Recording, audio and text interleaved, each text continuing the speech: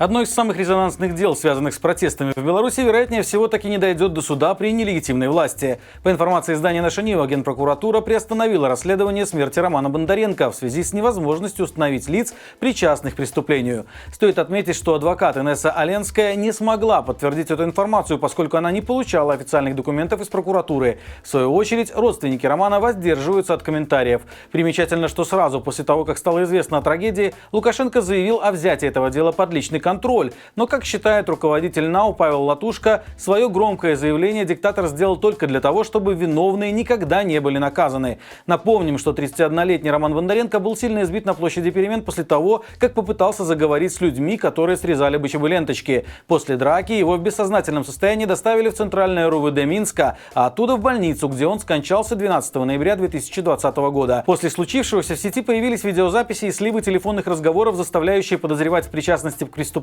приближенных к Лукашенко, хоккейного функционера Дмитрия Баскова, бойца Дмитрия Шакуту, а также пресс-секретаря нелегитимного Наталью Эйсмонт. Врача Артема Сорокина и журналистку Катерину Борисевич, которые опровергли версию Следственного комитета о том, что Роман был пьян, осудили по уголовной статье о разглашении медицинской тайны. Подробное расследование обстоятельств убийства Бондаренко провела также инициатива «Байпол». Ссылку на него мы оставим в описании. Отметим, что за последний год Генпрокуратура возбудила более 5000 дел в отношении мирных протестующих. При этом ни один силовик, причастный к насилию и пыткам, так и не сел на скамью подсудимых. Очевидно, что честным правоохранителям и судьям в Новой Беларуси придется очень долго разгребать последствия профессиональной деформации тех, кто по долгу службы обязан охранять закон и свой народ здесь и сейчас.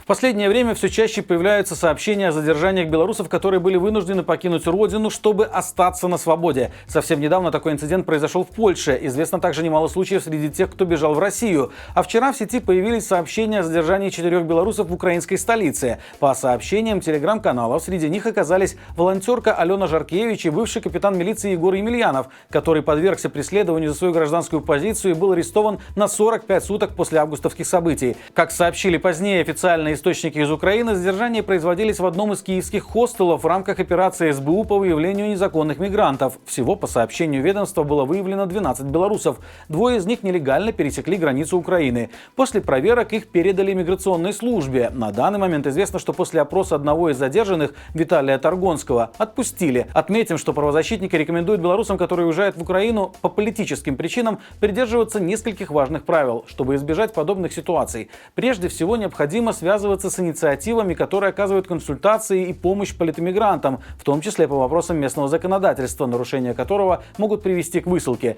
Помимо этого, эксперты рекомендуют обращаться за предоставлением политического убежища. Важно отметить, что ни вид на жительство, ни любые другие юридические статусы, кроме статуса беженца, даже в стадии рассмотрения, не защищают человека от высылки. По официальным данным, только за первое полугодие текущего года Служба безопасности Украины выслала из страны 16 человек. Ни в одном из случаев нет публичной информации о причинах таких решений.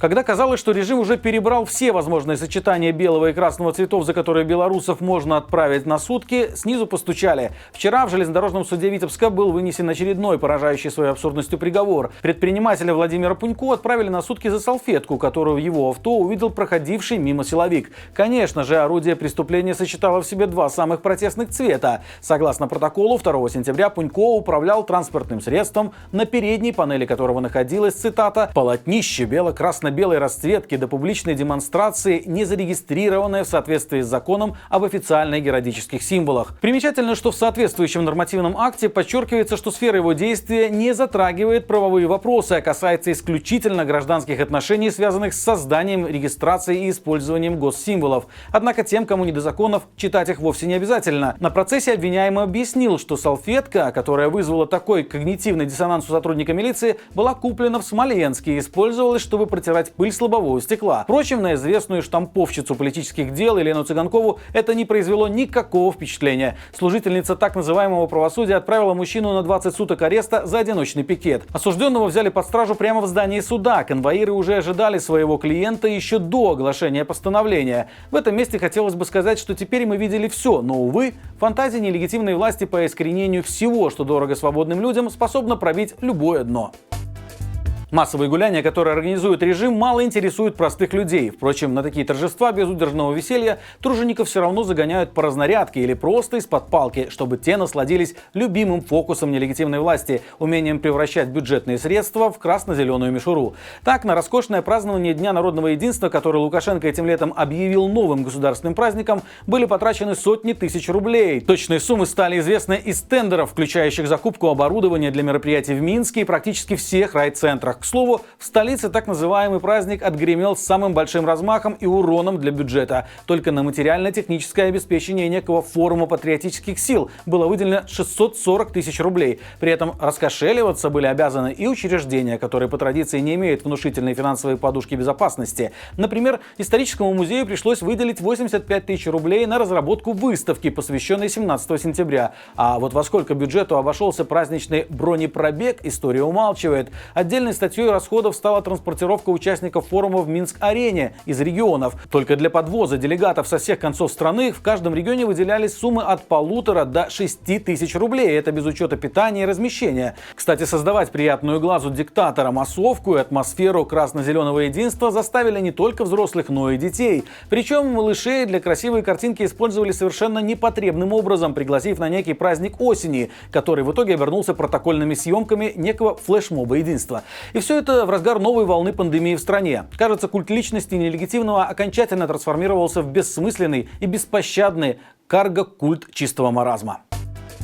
Светлана Тихановская стала одной из номинанток на Нобелевскую премию мира. На соискание престижной награды народного лидера выдвинул президент Литвы Гитанас Науседа этой зимой. Отметим, что Светлана Георгиевна оказалась в списке из 329 кандидатов, а букмекеры пророчат победу Всемирной организации здравоохранения за вклад в борьбу с пандемией либо российскому политику Алексею Навальному. Впрочем, ставки букмекеров срабатывают далеко не всегда, а само попадание в список достойнейших людей и организаций, которые сделали весомый вклад в укрепление мира, это огромное достижение. К слову, сейчас Светлана Тихановская находится с официальным визитом во Франции. Она уже встретилась с главой МИД страны Жан-Ивом Ле Дрианом, депутатами французского парламента, приняла участие в открытии выставки белорусских фотожурналисток в Париже и дала интервью ведущим СМИ страны.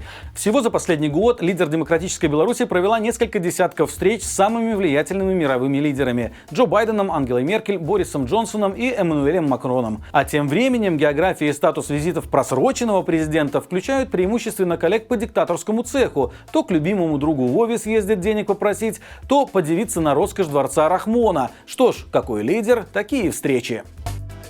И это все на сегодня. Друзья, завтра в 17:00 подключайтесь к нашему традиционному прямому эфиру с моим коллегой Дмитрием Семеновым. У нас в гостях будет много приглашенных экспертов, с которыми мы обсудим самые важные темы уходящей недели. Не пропустите. Я же прощаюсь с вами до завтра. Хороших всем выходных и живе Беларусь!